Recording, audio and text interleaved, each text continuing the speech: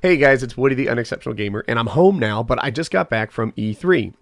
And while I was there, I had an opportunity to talk to David Vonderhaar. So if you saw my video from a few days ago, after watching the footage they released of the single-player campaign, I had an opinion that was very similar to a lot of other people that saw the campaign footage and said, you know what, this is similar to things in Call of Duty that we've already seen. Saving the American president and escorting him to someplace else wasn't a whole lot different than Modern Warfare 3 when we saved the Russian president and escorted him to someplace safe. It's not that it's a bad game, it's just that it's very similar to games that we had seen before from the trilogy, or franchise, I should say. And I brought this up with David Vonderhaar, and then we also started talking about zombies. And you see, when you innovate too much, there is a risk that you're taking, because people might not like the changes that you made. People loved Call of Duty, and you know, if you're going to change all the rules and make things new and swap out the engine and that sort of thing, then you're taking a risk that they won't like your new game as much as they liked your old one. Well, I talked to him about that with zombies. I was like, hey, you know, I see that you are taking that risk over in the zombies world. Over in the zombies world, I can see, you know, there's a whole new engine. There's objective-based zombie games. There's team-based zombie games. Zombies in the past has always been sort of playing against rudimentary AI where you run in circles and then kill lots of people at one time. That's what zombies was about. Well, the new zombies is going to be so much more. They've thrown away the zombie engine and they put it over on the Call of Duty multiplayer engine, which opens up new things. They're going to have bigger maps than we've ever seen before. They're going to have objective-based zombies. They're going to have team-based zombies. They're going to have all this stuff. And I talked to David Vonderhaar about it and sort of said, you know, you realize you're taking a big risk here.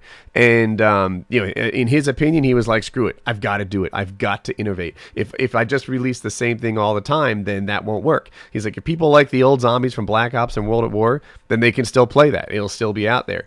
But I have to do something new. I'm not doing my job if I'm not taking a chance. And as I'm thinking about this, it's like, wow, you know, I'm kind of excited about the chance that he's taking. You know, we'll see for sure after it's released. But the chance that he's taking right now is a big deal, right? That's it's not a little change that he's making over in the zombies world. And watch this, I had no idea there were people there. I just got owned.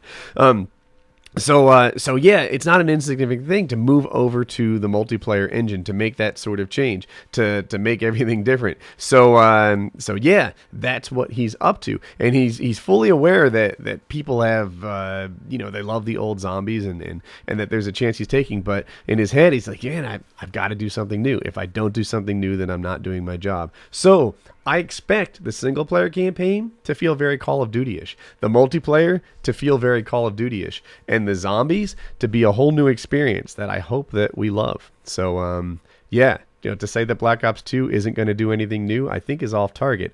And zombies might be the biggest thing. It might be bigger than multiplayer. We'll wait and see. If you enjoyed this video, be sure to click on like. There's 2 videos you may have missed, and there's a good chance because I heard that the scheduled uploaded wasn't publishing to sub boxes properly. The top one is We Microwave series. It's always a good time, and this time it's Angry Birds. And the bottom one is what might be the hottest game of E3. It's a new game. It's not a sequel, which is kind of exciting in itself, that I hadn't heard about before E3. Look at that Optic Colin down there. So yeah, and if you're new around here and you enjoyed the video, you can click on subscribe in the top right. Check out those videos and have a good day.